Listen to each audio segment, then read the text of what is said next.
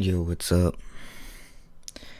Oh man, it's literally like 5 in the morning. My mom woke me up because what do you call it? She was said she was going to work, and then I looked on my phone real quick. I was about to go back to sleep, and I saw this. So yeah, you already know I had to stream this. So yeah, good morning, good morning. Yeah, it's 5:11 right now. I'm so tired, but you already know your boy had to stream this when he saw it. Oh man, so we got about like 17 minutes.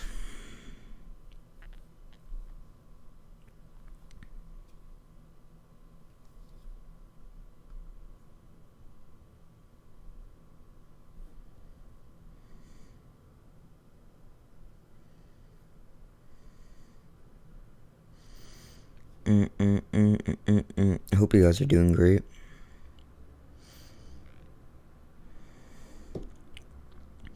She will also be speaking at Davos, by the way, so I just want to put that out there.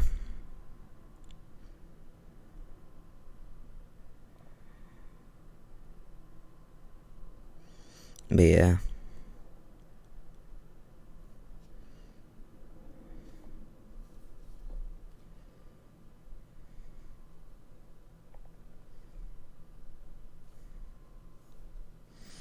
Let's see what you guys said. Hey, what's up, Aiden? Every day goes by, a day closer to retirement. Yes, sir. What's up, Jimmy? Good afternoon from South Africa. Yeah, that's really cool. It's really cool. Like, there's like so many people from so many different places. That's really cool. But yeah, I'm so tired right now. I'm literally so tired. Oh man. I'll probably go back to sleep.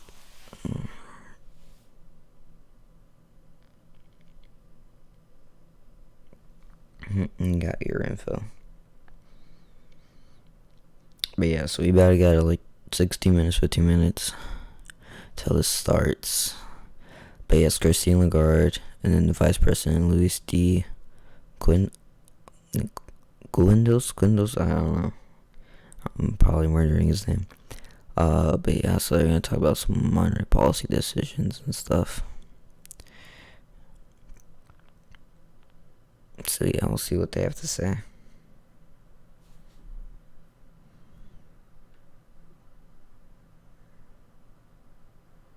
And a great morning to all XRP millionaires. Oh man. Yeah, I'm sorry. I'm so tired right now, so I'm not really in a talking mood right now. Not only 9 p.m. Oz. Thanks for streaming. Yeah, of course. I'm literally like this streaming dude. Like, I will stream anything. But yeah, what do you call it? Christine Lagarde will speak tomorrow at Davos, though. And then she's also speaking today.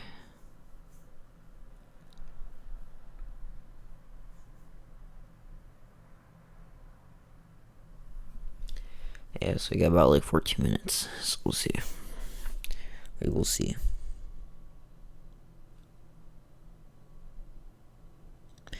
Wake up. What do you mean wake up? I just woke up. It's like 5:15, my dude. I don't know, dude, but I'm not usually a morning person. I don't know how like morning people do that, bro. I cannot do that.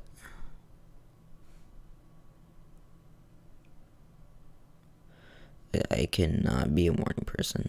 Like, I cannot be a morning person.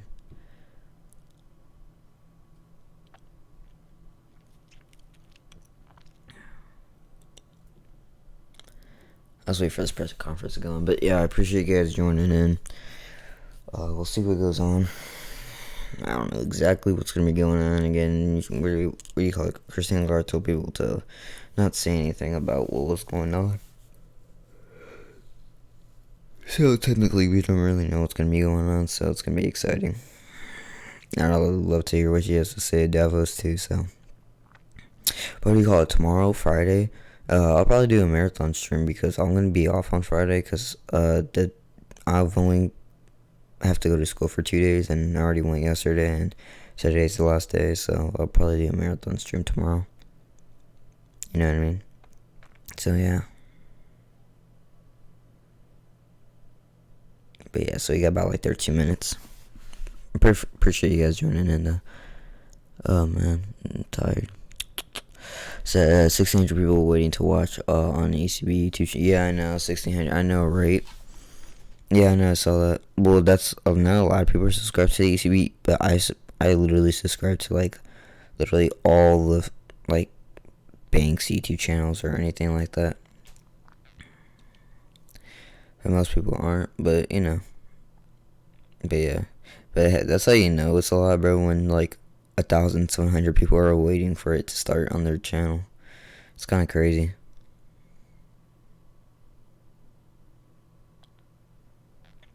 When is Lagarde speaking? What do you mean? You mean today or you mean Davos? If you mean Davos, she's speaking tomorrow. I think it's one of the first ones. But by the time I wake up, the session will probably already be going.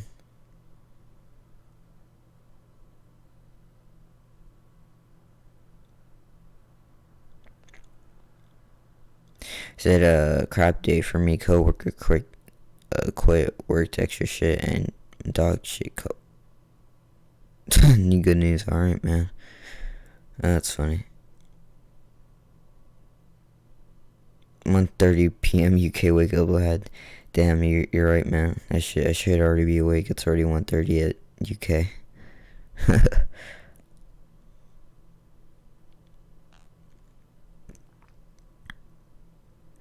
Did you see CB purchase an extra $345 plus a ton of gold 2 days ago?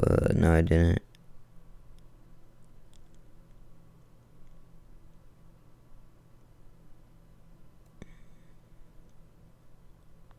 Damn, they got 1.8k people waiting on their channel. That's crazy. That must be something good. I guess we'll see. If you guys could share this, that'd be cool too. You guys don't have to, but it'd be cool if you guys did. When it starts in about 11 minutes, I'm gonna go back to sleep.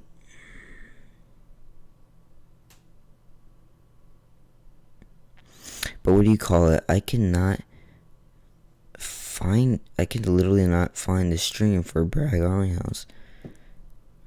I don't know if it's gonna be like uploaded on like a weird site or also, I don't know, but I have to find, or I don't know if it's gonna be like a pre-recorded thing and then they release it, or I don't know.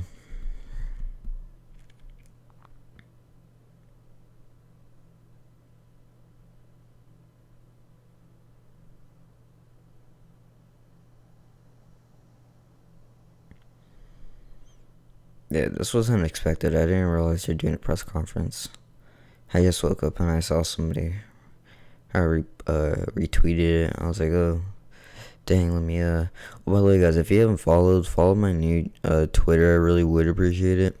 My old one got hacked, and the name's changed, so literally just search up Aiden Trading again, just like you would, like on my channel name, just Aiden Trading, and just search it. It probably won't come up, so just search, like, press the search button, and then you'll probably follow me, find me. But yeah, but we call it the person that got into it. They changed the password and the name and stuff, so the account doesn't look like the account. It looks weird, but yeah. All right, so we got about 9 minutes.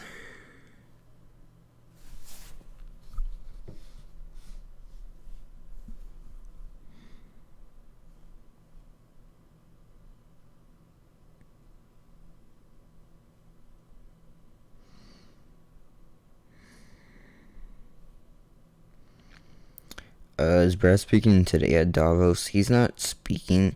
Well, he is in Davos, and he's speaking with the Wall Street Journal. But if you go on to Davos agenda, it doesn't show up on there. So that's why I'm like confused. Of, like, where the hell is the like link to find where it's gonna be going? What time does it start, my homies? It starts in about 8 minutes. You into VeChain? Yeah, I'm into VeChain. What time does it start? Yeah, it starts in about 8 minutes and 8 minutes and like 25 seconds. So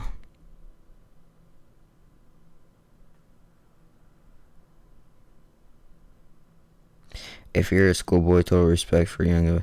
Yep, I'm a school dude. I literally just woke up. I'm probably gonna go back to sleep and get like an extra, like just try to get like 30 more minutes or whatever, or like I don't know, like 40 more minutes. Cause usually I wake up at like 6:20, but you just get like an extra couple more minutes, and I'll wake up and then I gotta do my finals today.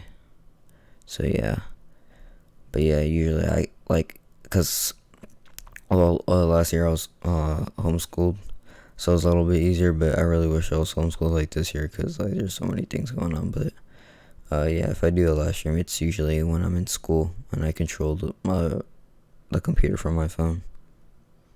But yeah, that's what I usually do, because I'm that type of dude. Oh man, I sound so tired. I probably sound like someone that's, I don't know.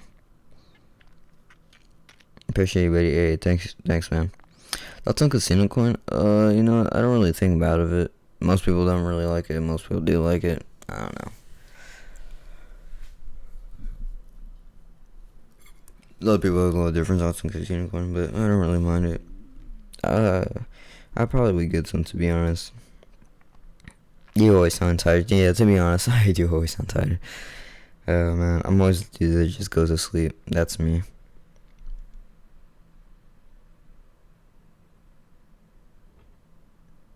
Probably another disappointment. XRP is dropping. Is XRP dropping? Let me see. What price is that? I just woke up. Let's see. It's at 22, bro. It was just at 23. Oh my god. Why is this coin gotta keep dumping, bro? I swear. I always gotta keep dumping. Like, oh.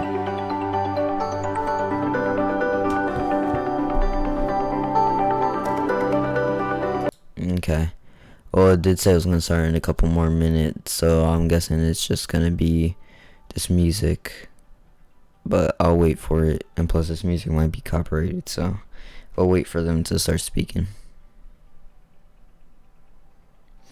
Yeah, we'll see, Carl. Probably will be something, but I don't know. Do you have any of your teachers on the XRP train? No, not really. I mean, I just moved to new school and stuff. I don't know. I haven't really told them. Well, I did do a presentation and I talked about crypto and stuff. My English teacher, he was kind of interested in it, or just interested in like what I was doing and stuff. So, but you know, they probably won't listen. But who knows? But no, they're not on the. They probably hear my house, but yeah, they're probably not on the XRP train. Same as in the 90s with the internet price drop, you sell. I appreciate the 100 people in here. Yeah, I said it'll start in a couple more minutes, so I'll just wait for it to start. Yeah, they got like they got like 1,200 people watching. That's kind of crazy on their channel.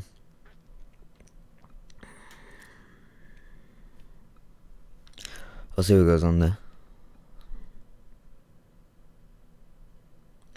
Yeah, if I don't type anything in the stream, don't take it. Most people take it wrong when I don't type anything in the stream.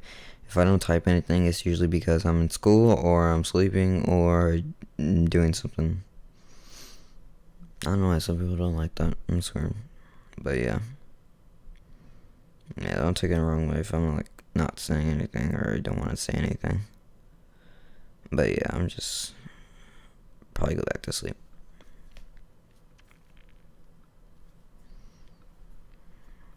I'm the type of person that just like wakes up and then just goes back to sleep.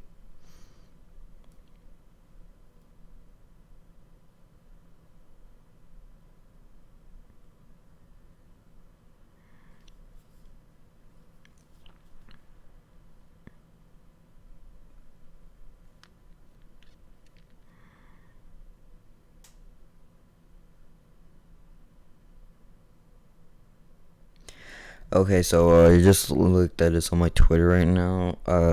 This is from the ECB. Their Twitter says, They tweeted, due to a temporary technical issue, we are late issuing the press release on our monetary policy decisions. Okay, so do they have a press release? Okay, so at today's meeting, the governing council here. Levels of inflation, blah, blah, blah.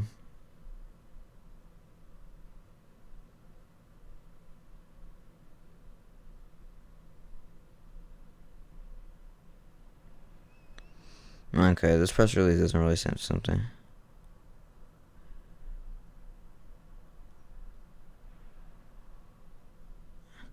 Okay, so it says the governing council intends to continue reinvesting in the full the principal payments for maturing securities purchased under the app. Okay, so let's talk about some things. Okay, I guess we just gotta wait for what they're gonna, I guess exactly gonna be saying. So, yeah.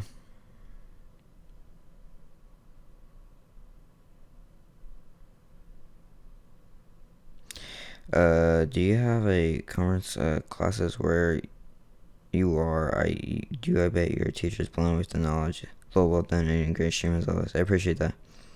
Big BG down on Lagarde. What time's Lagarde speaking? They're supposed to be starting in a couple more minutes. I don't know. I don't have a countdown timer, but people are getting into the room right now, so. Thanks for streaming this much. Hey, 146 people. I appreciate it. Yo, guys, if you guys are new, subscribe. It'd be cool. Almost at 6,000 or 500, or I don't know, a little bit less than 500 away. That's 6,000 people. But yeah, I appreciate that. My goal is try to get 10,000. I think I could do it. I'm almost at 6,000, so. But yeah.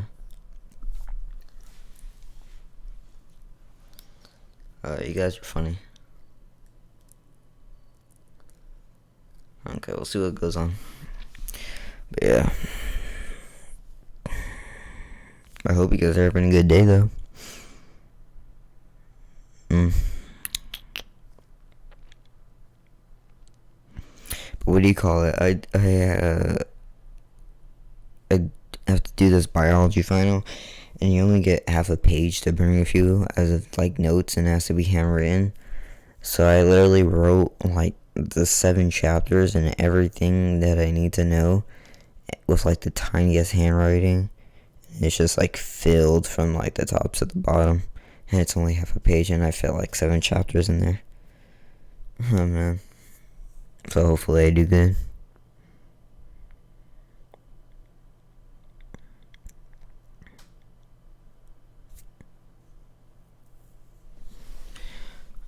It says once you're up, start moving, you'll get your goals.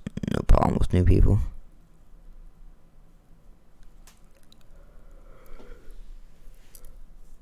Yeah, we'll see what happens. I don't know. We'll see how this whole thing goes.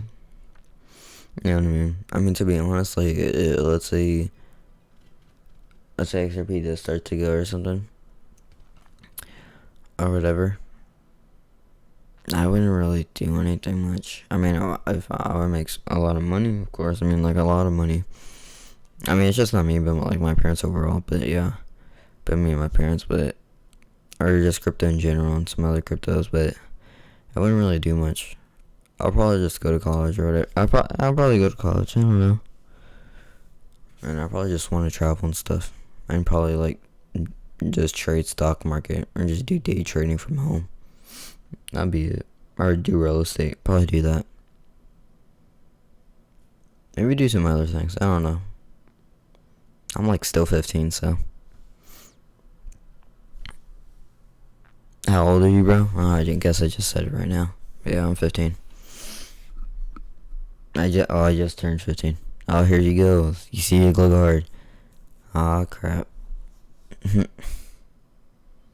Alright, guess it's starting. Alright, well, you guys enjoy. I want to get a couple more minutes of shut-eye, I guess. And yeah, okay, you guys enjoy. I guess I'll see you guys in the... Yeah, alright. Let me know how it goes. Let me know how it goes.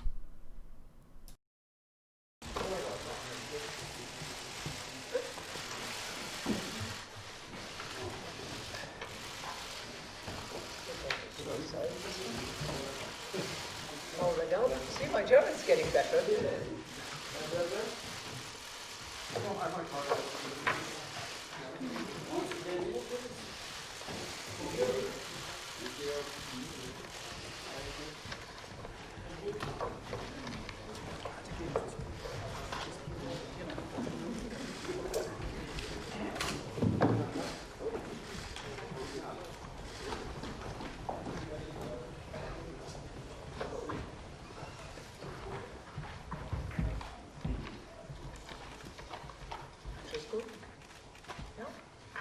Well, first of all, Happy New Year to all of you.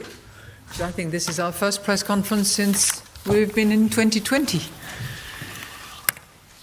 And it's going to be a busy year for us. So, ladies and gentlemen, the Vice President and I are very pleased to welcome you to our press conference. We will now report on the outcome of today's meeting of the Governing Council. Based on our regular economic and monetary analysis, we decided to keep the ECB interest rates unchanged. We expect them to remain at their present or lower levels until we have seen the inflation outlook robustly converge to a level sufficiently close to, but below 2% within our projection horizon. And such convergence has been consistently reflected in underlying inflation dynamics. We will continue to make net purchases under our asset purchase program at a monthly pace of 20 billion euros. We expect them to run for as long as necessary to reinforce the accommodative impact of our policy rates and to end shortly before we start raising the key ECB interest rates.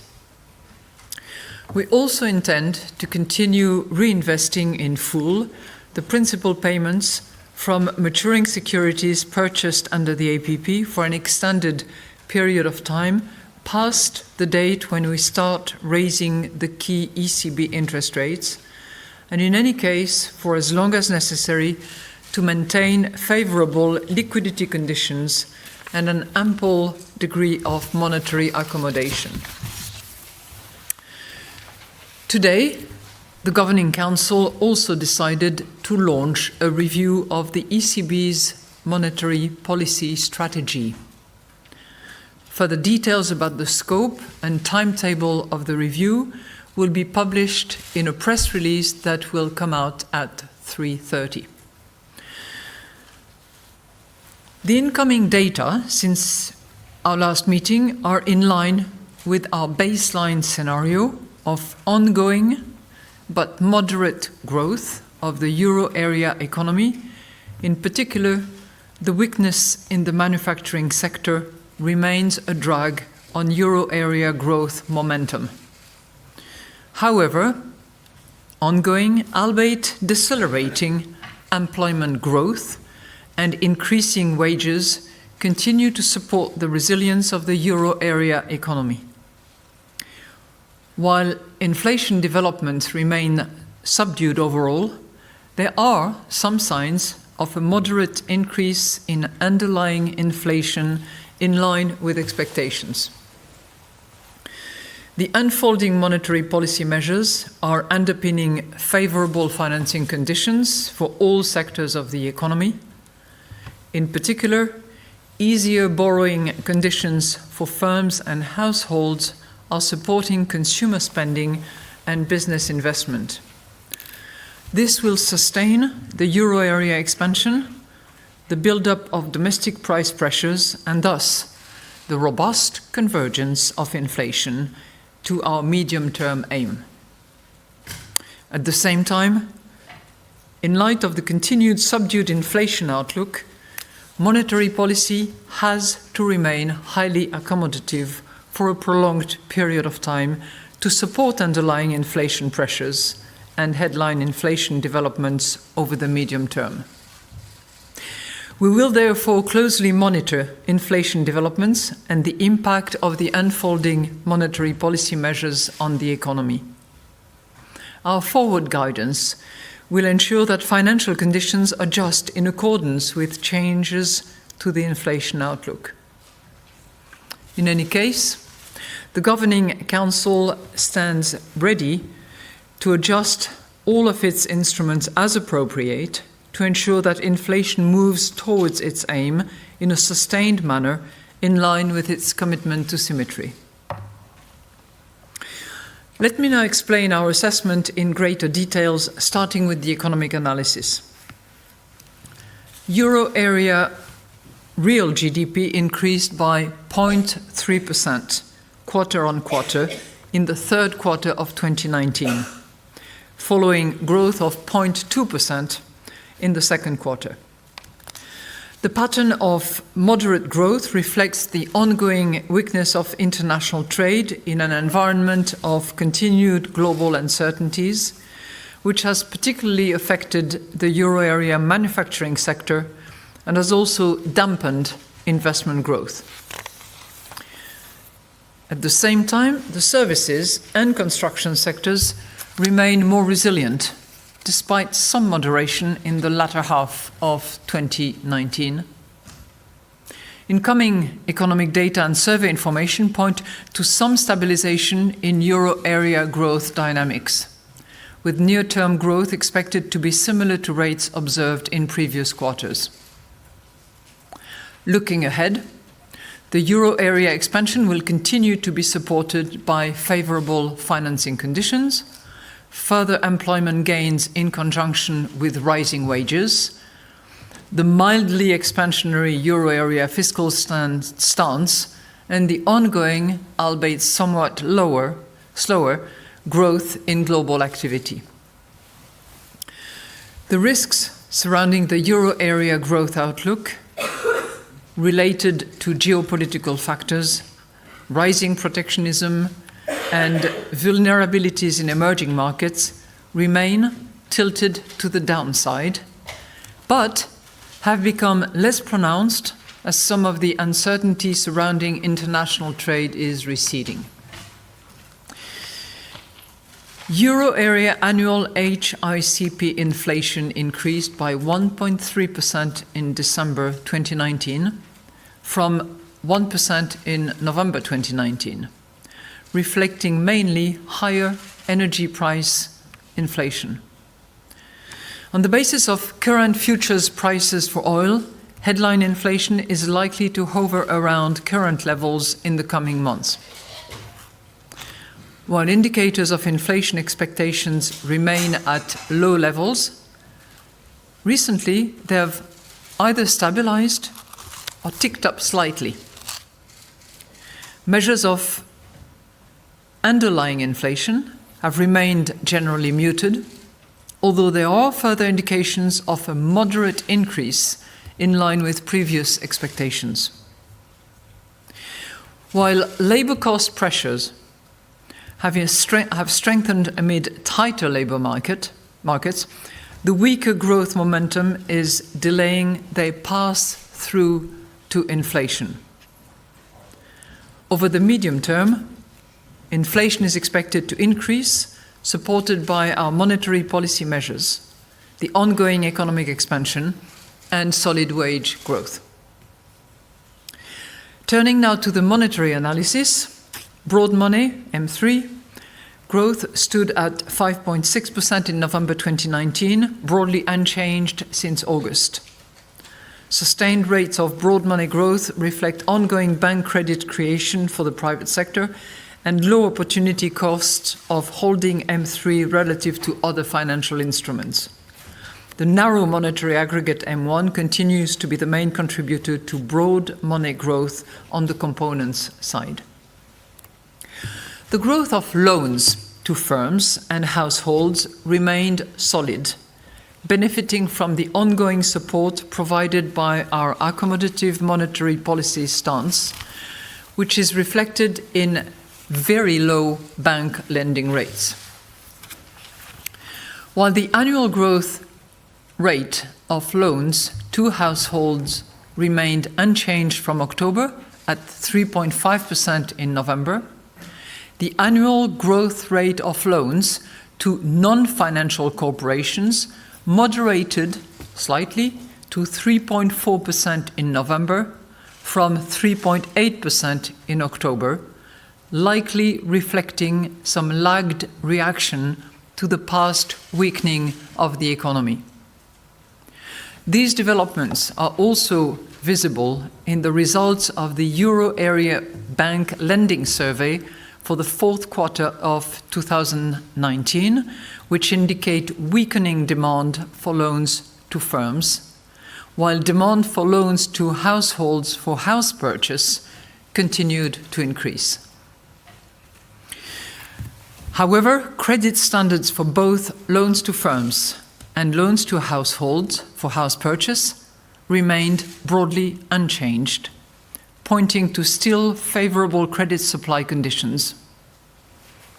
Overall, our accommodative monetary policy stance will help to safeguard very favorable bank lending conditions and will continue to support access to financing across all economic sectors, and in particular for small and medium-sized enterprises.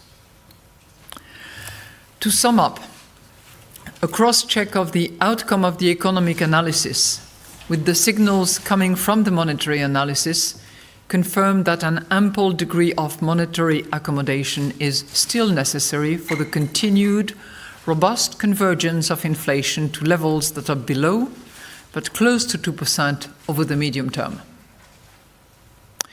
In order to reap the full benefits from our monetary policy measures, other policy areas must contribute more decisively to raising the longer-term growth potential, supporting aggregate demand at the current juncture, and reducing vulnerabilities. The implementation of structural policies in euro area countries needs to be substantially stepped up to boost euro area productivity and growth potential, reduce structural unemployment, and increase resilience. The 2019 country-specific recommendations should serve as the relevant signpost. Regarding fiscal policies, the euro area fiscal stance is expected to continue to provide some support to economic activity. In view of the weak economic outlook, the Governing Council welcomes the Eurogroup's call in December for differentiated fiscal responses and its readiness to coordinate. Governments with fiscal space should be ready to act in an effective and timely manner. In countries where public debt is high, governments need to pursue prudent policies and meet structural balance targets, which will create the conditions for automatic stabilizers to operate freely. All countries should intensify their efforts to achieve a more growth-friendly composition of public finance. Likewise, the transparent and consistent implementation of the European Union's fiscal and economic governance framework over time and across countries remains essential to bolster the resilience of the euro area economy.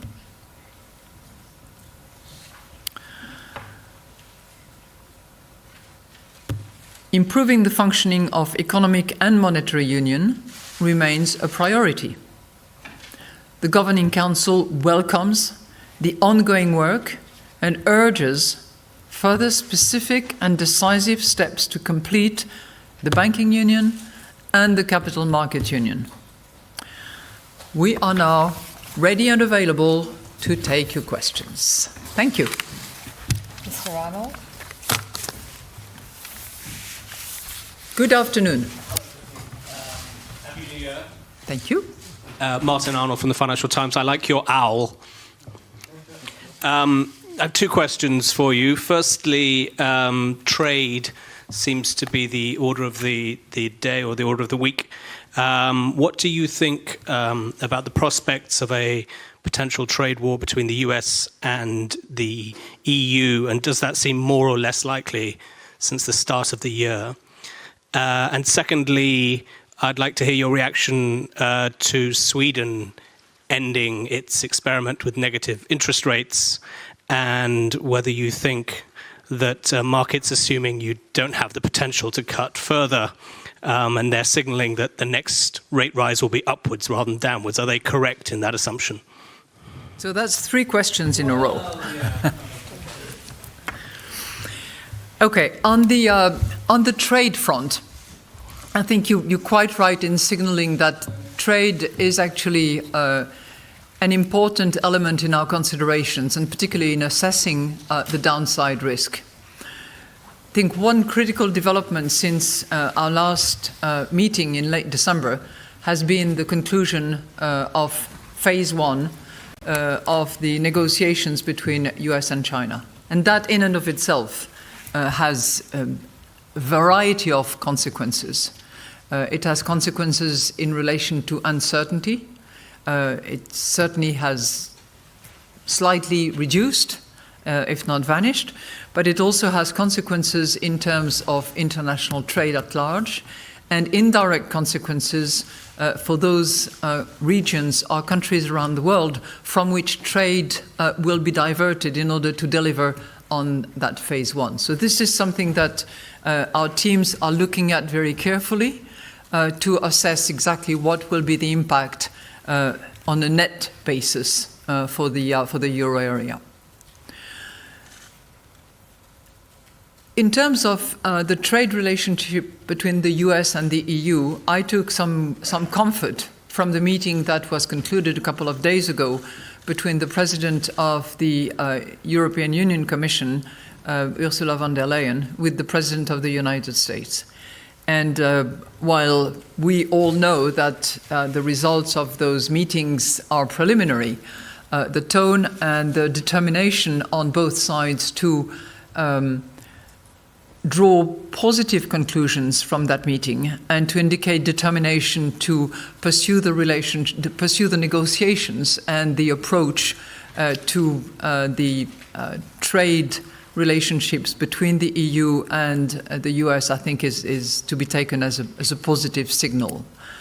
I know that the President of the Commission will be visiting the United States in February. I would expect continued work to be ongoing between the parties by then, and hopefully some positive developments out of that February visit. But clearly we're going to monitor that very carefully and see what the signals are with due consideration for the limitation of signals relative to what the outcome of final negotiations can be. In relation to the setting of rates, in particular by Sweden, I think I'll leave it to the Swedish Central Bank and to Stephen Ingves to actually indicate on what ground, for what reason, there was a determination to actually return, for the moment at least, to a zero interest rate. My understanding of his conclusion is that there had been a positive outcome of that period of negative interest rates, and drawing from that, and given the economic circumstances, the inflation expectations, it was legitimate and their decision to actually return to the zero rate where they are at the moment. Every region and every country has its idiosyncrasies and rational, and I think comparisons in that respect are odious, as we all know. Clearly, everybody's going to look at what conclusions are drawn from that monetary policy reversal, if you will, in Sweden. But I wouldn't draw any conclusion as far as our policies are concerned. And as I said very clearly, I think in the introductory statement, the Governing Council is going to be very attentive to any and all developments in all directions, both in terms of growth, but obviously in terms of inflation, which is our measurement of price stability, and will take whatever measures are necessary as appropriate in order to respond to our imperative to deliver on our mandate of price stability. Mr. Sims? That was a bit of a long-winded one, but you had 3 questions in one, so it had to be long. Thank you, President Lagarde. Question about the inflation target. Do you agree with your predecessor that the inflation target should be viewed as symmetric? And I'm also curious about your view on the suggestion of creating a band around, a target band around 2%. And then a question on the risks. You said that the risks remain tilted to the downside, but less so. Was there some discussion about maybe saying that risks are now balanced? On the inflation target, we have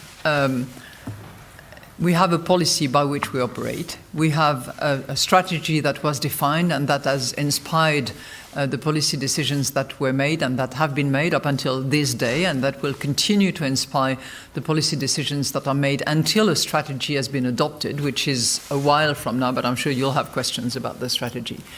And in that respect, I would just adhere to what that strategy was, what its developments were over the course of time. I think the point of symmetry is very clearly referred to in the introductory statement, one press conference after the other. So I would refer you to that. You very gently nudge me into having a view as to whether there should be a band, as to whether there should be this, that, or the other. I'm going to refrain from that. I know that some commentators would love me sort of to disclose my principles, my views, and my philosophy. I think it would be largely unfair to the strategy review exercise that we are embarking upon as of today. I do have my views, as have other members. My mission as president of the Governing Council is to harness all the views around and to make sure that we come to as close as possible a view that is shared by all in order to have as consistent and as effective a monetary policy in order to deliver on our mandate. So, as I said last time around, we're going to look at many issues. Multiple views will be proposed. A lot of hard work is going to be put into the exercise, but I would not exclude, preclude, or anticipate how we are going to deliver, because that's the point of our strategy review exercise. It's how we deliver. Now, you asked me about the risk tilted to the downside and how much tilted to the downside, but less so than last time around. I think one of the key considerations we had on our mind was indeed the change in the level of uncertainties about trade and trade relationships, and the expectations we have that those uncertainties will be dealt with, hopefully in the future, with the same type of approach, negotiations rather than adversarial positioning. Was there a discussion as to whether it was closer to balance than it was tilted to the downside but less skewed than it was? Yeah, you always have those discussions. And that's, I think, completely justified because of the very mixed picture that we have of the economy. If you focus on certain signals or if you focus on certain indicators or certain surveys, then you could have a less downside. If you focus on others, you could be a little bit more downside. So we tried to arrive at exactly what we thought collectively, unanimously actually, was the right level, which was still to the downside, but less pronounced than it was at our last press conference. We still have uncertainties, let's face it. Mr. Schwarze? Where are you? Would be your advice for German savers.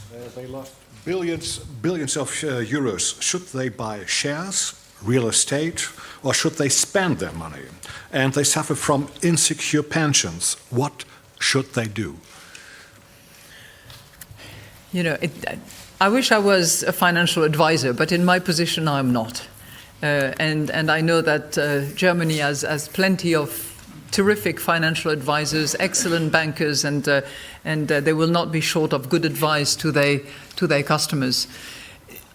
I would simply say that the role of the European Central Bank and the Euro system at large, which includes all national central banks, is to deliver on price stability.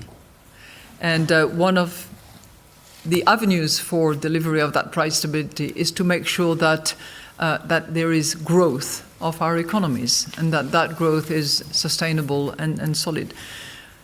The study and the work that has been done internally at the ECB demonstrates that because of the monetary policy, including very low rates and possibly negative rates, because of that monetary policy, millions of jobs were created throughout the euro area. Growth was higher because of that. So that's a very, very strong argument to explain why monetary policy had to be what it is. As you have noted in my introductory statement, and I don't differ from my predecessor on that front, I think having amplifiers of our monetary policy by having the right fiscal policy, be it by way of additional spending or reduced taxation, for those countries that have the space to do that, would certainly help in that regard. Mr. Lacour?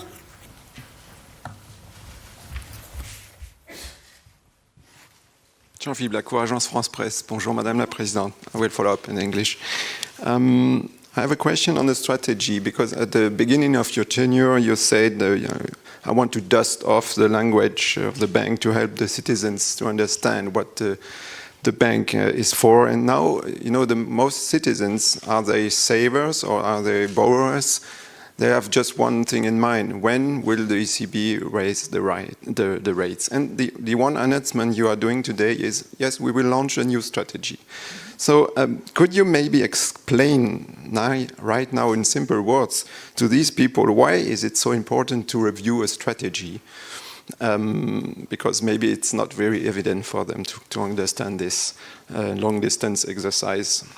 And my second question on Davos. As when you were managing director of IMF, the world was waiting at your verdict on global growth at the opening of Davos. Now you are flying to Davos after this presser, but a bit at the end of the journey.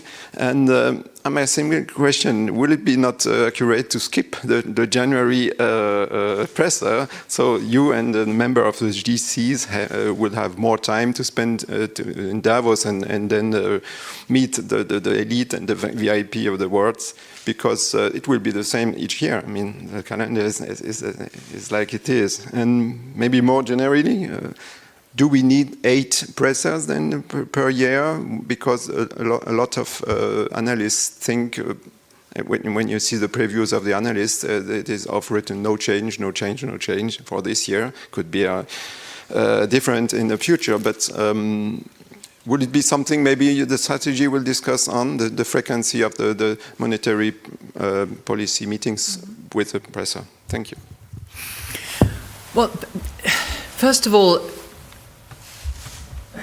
I regard our governing council, our deliberations, our scrutiny of the economy, and our determination to deliver on price stability as our mission and my mission.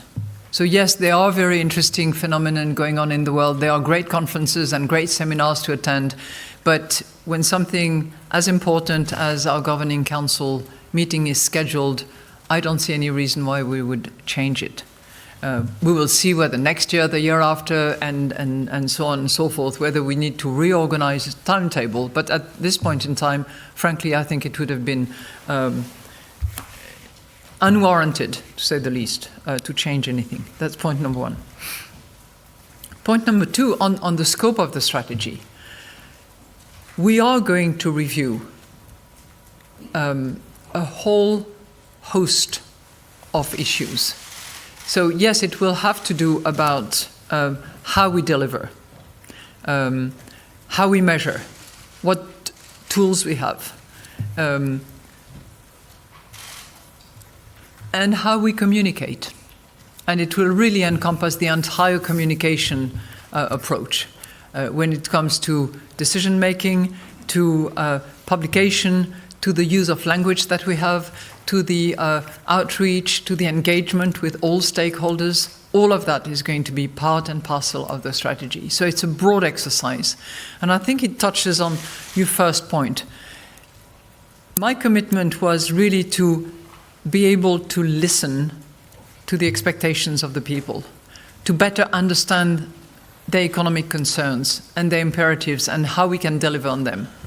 We will continue to benefit from the work of the researchers, of the top-notch economists, of the academics, and yes, their views will be harnessed at various events that will take place in the course of 2020. But it is also going to be our task and our goal to listen. That resonates with those of you who know how the Fed has organized its Fed Listens. We will be different because 19 member states do not all speak the same language, and if we want to reach out to people, we are going to have to use people's language, I mean, literally, and it will involve all the national central banks, which will be also active participants in the process. But that's what I mean by including, reaching out, and addressing the concerns. Now, I take your point about the interest rates, and I think that I have addressed that point earlier on by indicating that we have to use all the instruments that are available and that are proven to be effective. We will measure effectiveness, by the way, in order to deliver. Ms. Locke? Carolyn Look, Bloomberg. President Lagarde, you've said before that the review will last until the end of the year, and assuming that that's still the valid assumption, how do you plan to mitigate risk in the interim about creating uncertainty over the ECB's policy, since the policy implications of the review are not yet clear? So, for instance, is the view that the ECB can't or won't raise or cut interest rates as long as the review is being discussed justified? And my second question is about tiering, especially since the next reserve maintenance period is in 6 days. I'd like to know what the ECB has learned from its experiment with tiering so far since September, whether you're satisfied with the impact on bank profitability and lending and money market rates, and whether what you consider the costs and benefits to expanding the pool of exempted deposits or raising the rate on them. Thank you. I have a very simple-minded approach to your first question. It will be over when it is over. In other words, we will have a new strategy when we have concluded the exercise. Our expectation at this point is that it will take a year, and our hope is that we can agree on that new strategy of the European Central Bank around November, December. December, in my view, would be the probable date for the conclusion and the communication of our strategy. But when I say it will be over when it is over, what it means is that in the meantime, irrespective of our deliberations, our consideration, our engagement with academics, with economists, with civil society, with European Parliament, and so on and so forth, irrespective of all that, which will progress in parallel and will keep a lot of people busy, both here in Frankfurt and in the 19 national central banks, we will conduct the same usual exercise of monitoring, analyzing, drawing conclusion about the macroeconomic situation, about the monetary situation, about the markets, because we look at that as well, and then we will draw our conclusions, which will be independent from the strategy review that we're conducting separately. Oh, you had the second question. Yes, the tiering. I don't think I'm disclosing any secret because at the time some of you commented about it. There were some governing council members that were a little bit skeptical about the effectiveness, the benefits the justification of the tiering. I think the overall view, I think it was unanimous actually, I didn't hear anything to the contrary, but the unanimous view is that the tiering system is operating extremely well. There is no discussion at this point in time to change the limit of 6 times, as you know. But, you know, since September, or since it was decided, and as of the effective date, as you know, there was instant movement. It has proven to be effective, no question about it. Ms. Weisbach? President Lagarde, Annette Weisbach with CNBC. I have a question on climate change, because you said earlier on that you want the ECB to play a pivotal role in fighting climate change, also during the strategy review, or including that in the strategy review. What does that mean concretely? I mean, what kind of things do you have in mind? And then one other aspect, you were saying as well that you want to bring the ECB closer to the people. If we bridge that to inflation, there's a big gap between how people think inflation is actually developing and how inflation is measured. In terms, people feel that inflation is a lot higher. Would you also include real estate price development in a new inflation measurement, perhaps? Thank you very much. Thank you very much for your 2 questions. On climate change, what I said, and will continue to say, is that it is everybody's responsibility, wherever he or she is, to see what he or she can actually do to fight climate change and protect biodiversity. I insist on the 2 components. So let me tell you what we already do, because it's not as if, you know, it's a newborn baby because I arrive. Quite a lot had already been undertaken, and I would refer you to an excellent speech that Benoît Cœuré had given back about 6 or 8 months ago about these topics. So I just want to summarize what we do, because there's always questions and sort of testing of her views versus the rest. Things are actually happening. First of all, we have, as you know, an ECB staff pension fund. And I'm looking at my paper because I don't want to give you anything that is wrong. So we replaced the previous benchmarks for the equity funds by their low carbon equivalents. And that came on the top of the selective exclusion and proxy voting guidelines that have already been in place for much longer than me. But that's an add-on to what we had in place.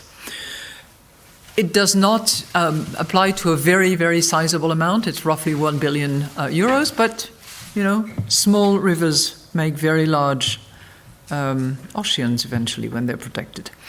The second deals with the ECB's own funds portfolio, and that applies to the ECB paid-up capital and the general reserve funds. Altogether, that's a little over 20 billion euros. On that, we're investigating how climate change-related considerations can be better integrated than they are at the moment. And as a first step, we have decided to increase the share of green investment held in the portfolio, subject to availability and liquidity of such funds, of course. Now, the third step has to do with our monetary policy portfolio, which is much larger. And as you know, there is only a portion of that which is in corporate asset purchases. It's roughly, take it or leave it, 200 billions relative to over 2 trillions for the entire asset purchase program. I think on that, the strategy is going to have to review what the bank can do, should do, how much it collides with the mandate, and if so, I think we should very expressly say so. But if it doesn't, I'm giving you a for instance. It's not something that has been opined upon, that has been considered at all, but you know, you can look at what ESG, for instance, criteria are respected by the issuers. You can assess the value of collaterals in order to determine what is the risk associated with collaterals, and so on and so forth. So those are just, you know, a few areas. In addition to that, there is work also that is ongoing in various departments at the ECB to make sure that the climate risk is actually embedded in the work that they do in terms of risk assessment, in terms of models, in terms of their forecast.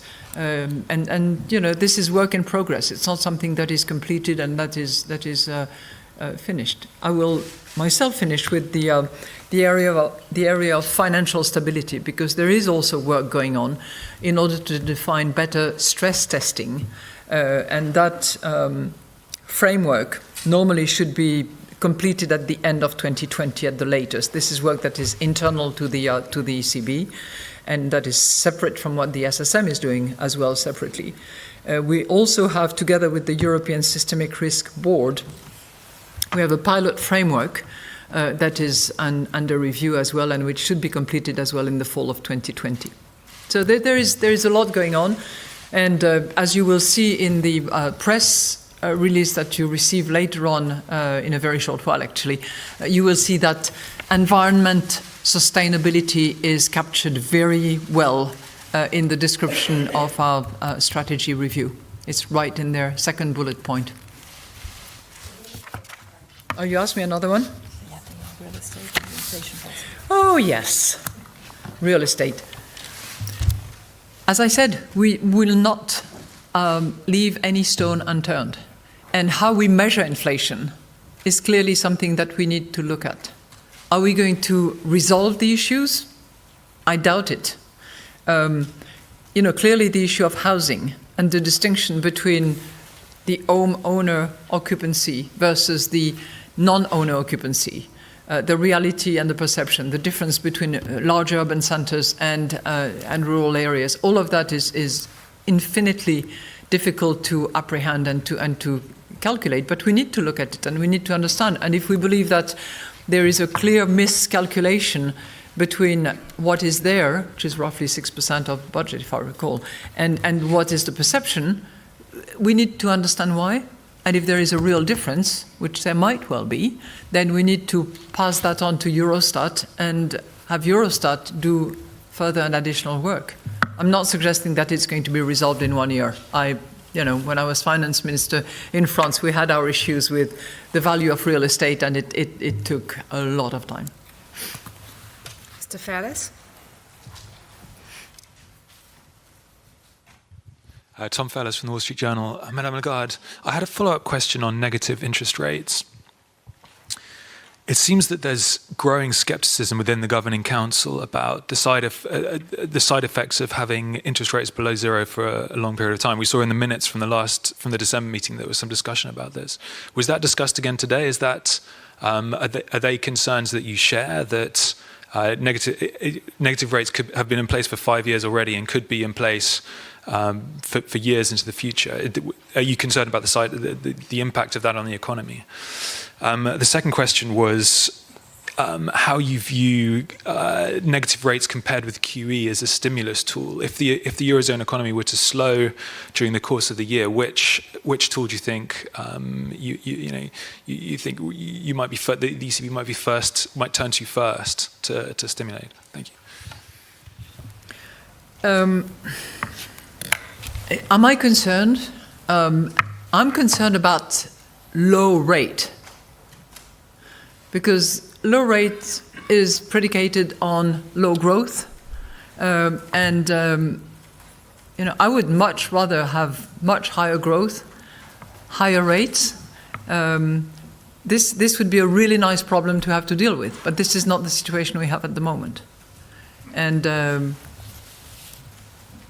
You will see that as part of our strategy review, we are going to look at the potential side effects of the current circumstances, which are low rate.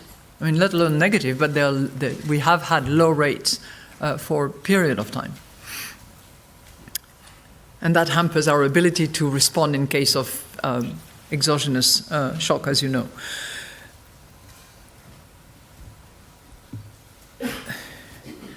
Slower growth, I think we'll cross that bridge when we have to cross that bridge.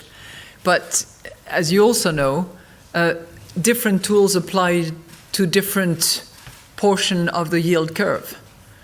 And we will let's hope we don't have to do that, because growth doesn't slow and growth continues to not only stabilize but accelerate in the going future. That would be a nice problem to have to deal with.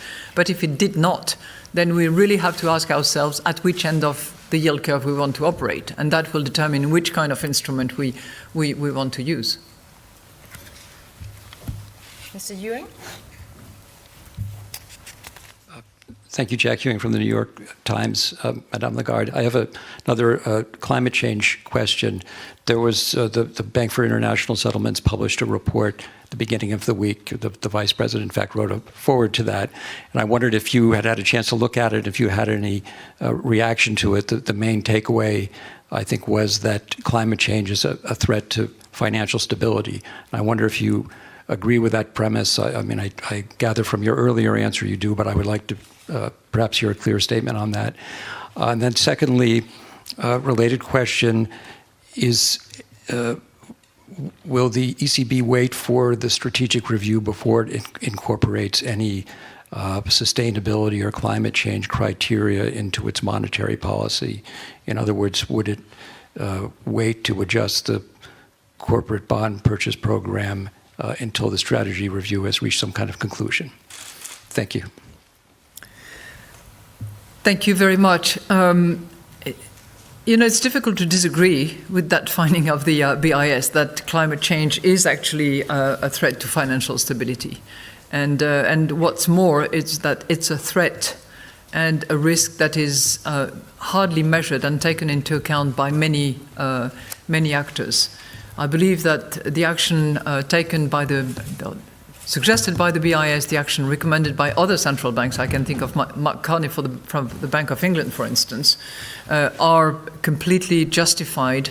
And I was personally very pleased to see that the private sector is actually also taking action in that respect, and certainly would welcome the involvement of other operators, including the accounting firms and those that are setting the international accounting standards, as well as the large asset managers, as we've seen. I think we badly lack harmonized measurement systems that can be generally accepted and that are actually implemented. So it is more of a personal view, if I may say, because it has not been debated in the Governing Council, and I'm not suggesting that I would sort of give you the ECB doxa on this matter. I would be surprised if they were very much against that position. What I tried to do when describing for you what we were already doing was to show that while we might not be ahead of the curve yet, we are not sitting on our bottom doing nothing. So we are taking climate change into account in order to improve the way in which we operate at the moment. And wherever we have the option to include climate change as one of our tools, we are doing so. It is going to be an important matter that will be debated during the strategy review. What impact does it have? What consequences should we draw? Where does it impact the way in which we operate? All those questions will have to be debated. Mr. Siakantaris? Thank you. Mr. President, the last strategic review addressed an era where inflation was hard to tame, not hard to stimulate. And since then, technology, globalization, even European integration have added efficiency but have undermined the inflationary pressures. How can this strategic review address with this fundamental shift? And what yardsticks do you think personally should be assessed first for their relevance in today's era? And a follow-up question, we can safely assume by now that ultra-low yields have not been enough of an incentive for governments for fiscal spending for growth. Is there something more efficient, different that the ECB could do or influence in order to catalyze fiscal expansion, or would it be considered too political? How central do you expect this issue to be in this strategic review? Thank you very much. You're completely right in that the situation has completely changed from 2003. And as you know, we published a study just before December that sort of takes stock of the last 20 years of euro use and implementation and monetary policy delivery. For 10 years, the goal was to fight inflation because inflation was way too high.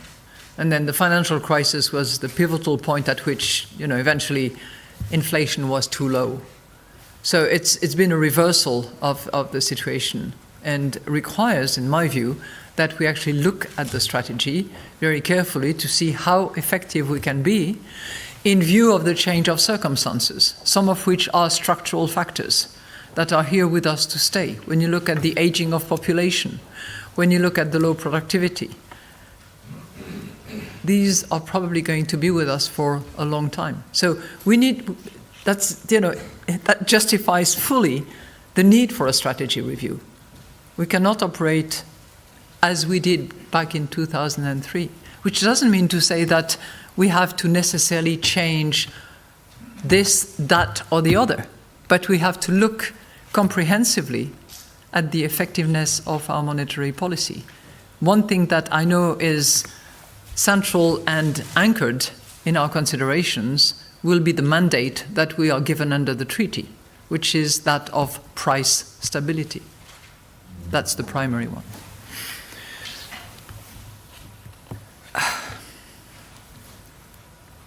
On fiscal expansion, I would first of all observe that at the euro area level, there is a very mild fiscal expansion as we speak. And I would also observe that two of the countries that have fiscal space, and I can think, you know who I'm talking about, two of those countries are now seriously looking, one has certainly gone pretty way out, in order to explore how to expand more fiscally with their respective domestic budget. So there's progress. We just need to all keep at it, not because I want to influence fiscal policy, it's for the budget holders to decide, it's for the authorities that have competence in that respect to decide, but simply because a good fiscal support would give much more effect to our monetary policy. That's why I think it's important that they do. Mr. Malin?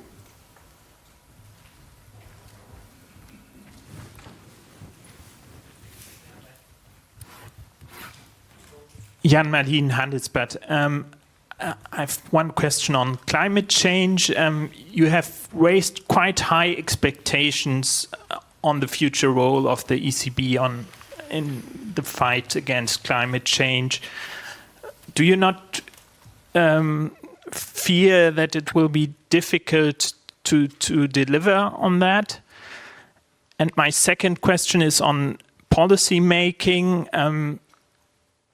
Broad consensus in the governing council has some obvious advantages, but it might also have some disadvantages like groupthink, or the ECB might be vulnerable for mistakes. For example, the Bank of England tried to have people in their monetary policy committee who challenged the existing views within the group.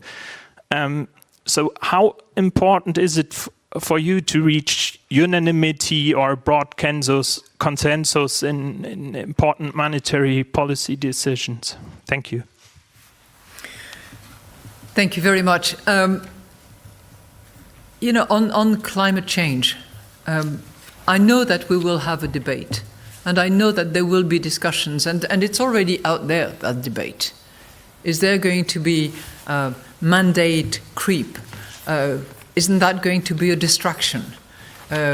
Why should it be the role of central banks? If they do so, then yet again, the legitimate authorities to implement climate change policies will feel that job is done, they don't have to worry. I'm aware of all that, but I'm also aware of the danger of doing nothing. And I think that, failing to try is already failing. So we should at least try to explore every area where we can actually participate in a determination that is now the determination of the European Commission, of many of the euro area leaders, and which is now also creeping into the private sector.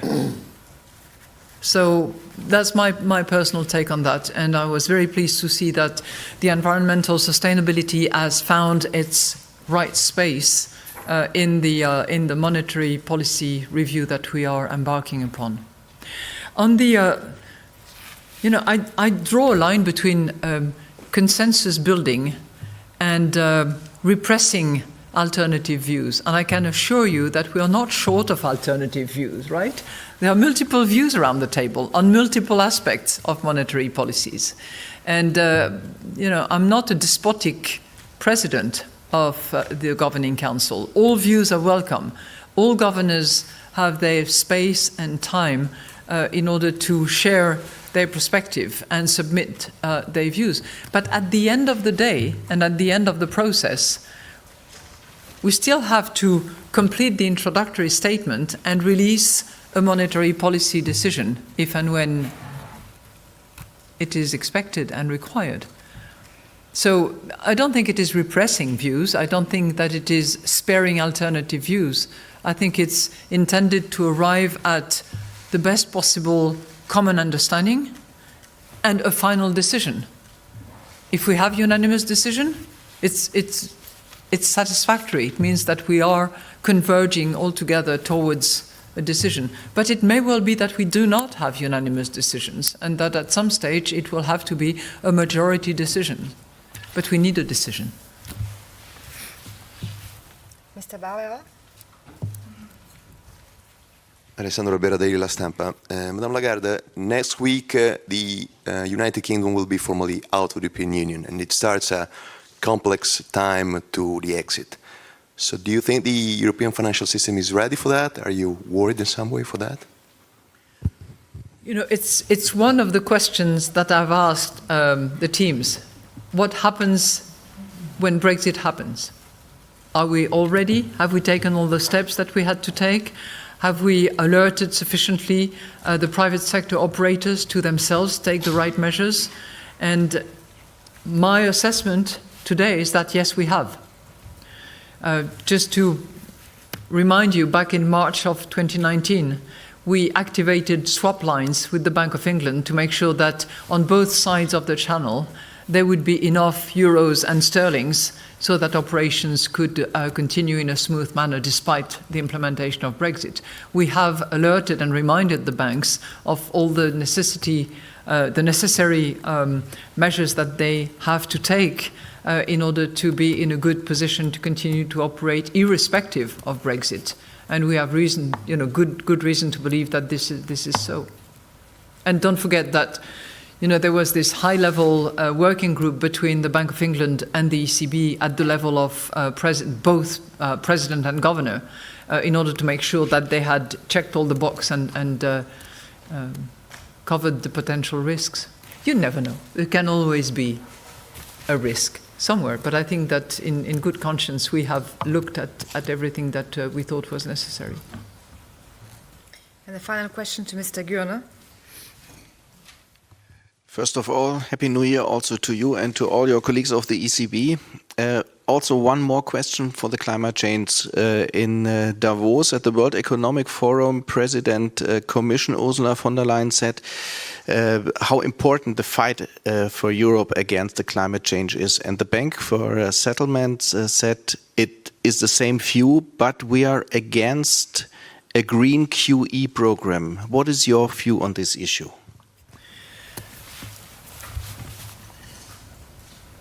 I very strongly support the President of the Commission in that respect, and in many respects for that matter.